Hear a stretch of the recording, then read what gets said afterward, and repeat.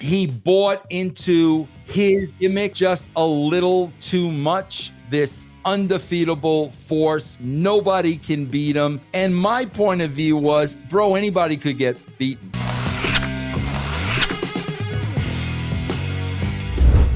What can you say about The Undertaker and Paul Bearer?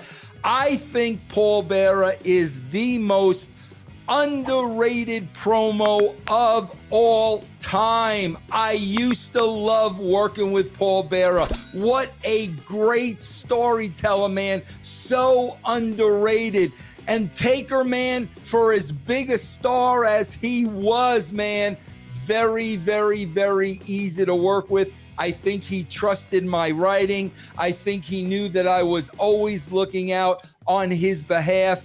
And together, that tandem of Paul Bearer and Undertaker was just a pleasure to work with. I am going to talk about two people as one here, because when you talk about a man, you always talk about Hall and you always talk about Nash. And my working relationship between the both of them was very, very, very, very different. Scott Hall just never made my life easy. It just seemed that, producing for Scott, writing for Scott, I never really knew what Scott was thinking. And quite frankly, man, I'm just going to be honest with you. I don't think the dude liked me. I really don't. And we talked about that at one point. I had no problem with Scott Hall whatsoever. I got to work with Razor Ramon, bro. I got to work with Scott Hall. He was a true professional. But for some reason, man, he just didn't seem to make my job easy. Now, Kevin Nash, on the other hand, I absolutely love Kevin Nash. I loved working with Kevin Nash. He was so witty, so smart, so funny. And I got to admit this, man, I was intimidated by very few people in wrestling. But for some reason, Kevin Nash, who was a friend, is still intimidating to me to this day. But listen, man, no qualms working with Kevin, working with Scott. And I think together, man, we put out some good content.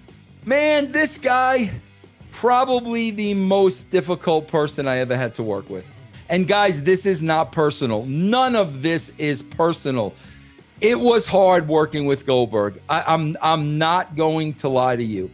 I think part of that was, and again, this is my point of view. I'm sure Bill has a whole different point of view. And like I said, man, I don't dislike the man at all. But I think he bought into his gimmick just a little too much, where he really believed, he was Bill Goldberg, this undefeatable force. Nobody can beat him. And my point of view was, bro, anybody could get beaten.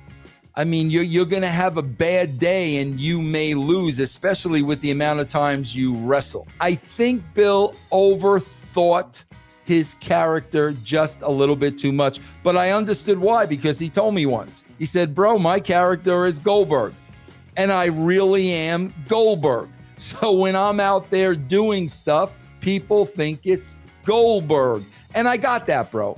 I absolutely got that. So like I said, man, you're going to have people that are easy to work with. You're going to have people that are a challenge. But at the end of the day, nothing is personal. I really had to understand what I was working with when it came to Nick Aldis.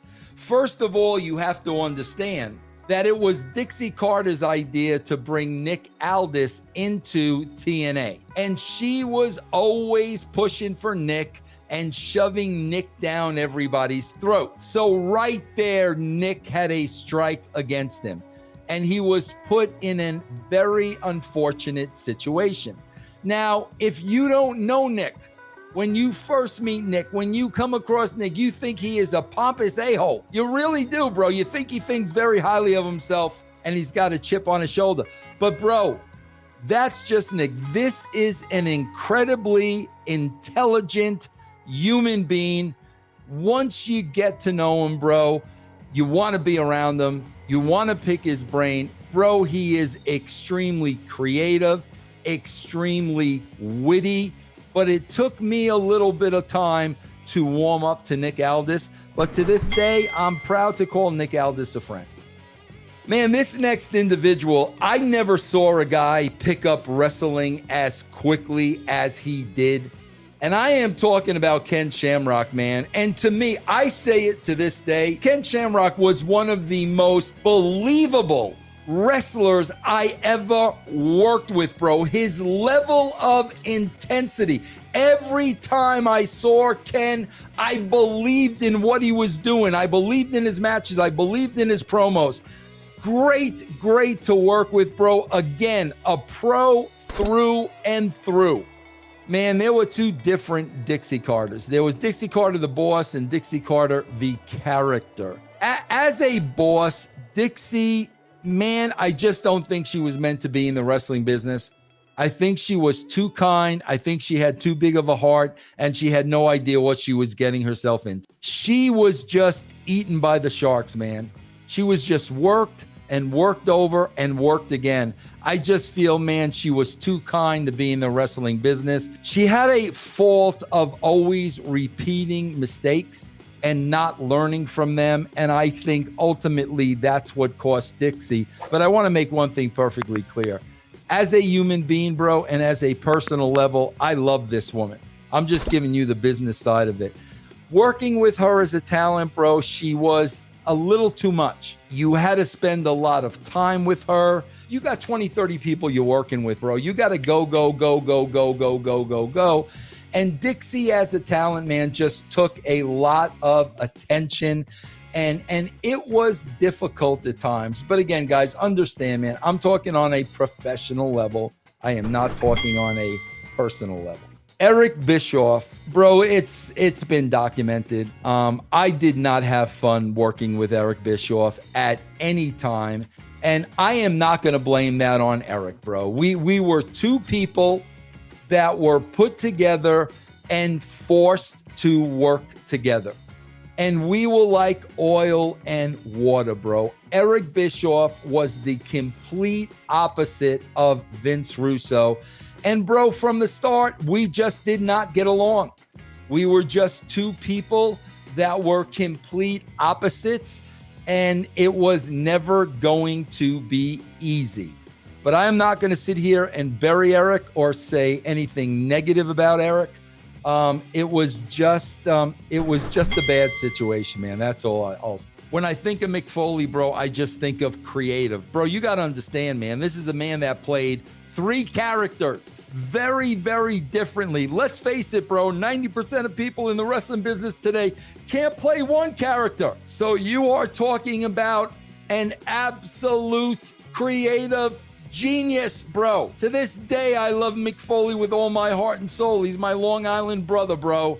And I was so lucky, man, so lucky to be able to have conversations with Mick Foley. Man, bro, what can you say about The Rock? I got to tell you, man, it only took me about a month to understand The Rock is smarter than everybody else. I always knew there was going to be greatness for The Rock, bro, because he was always one step ahead of everybody. And bro, he knew how to pitch his ideas. Rock wasn't one to say, this doesn't work for me, brother. Rock would say, hey, Vinny Rue, man, I read the show. I love what you wrote. It's tremendous. But what about if we tweak this? He knew how to respectfully present his own ideas, bro. And his ideas were great.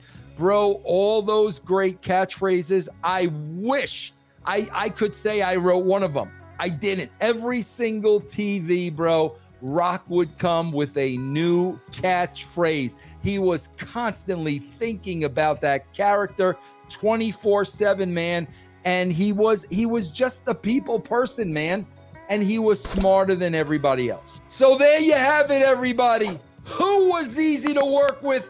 Who was hard to work with? But remember, at the end of the day, this is not personal, and that was just my professional opinion.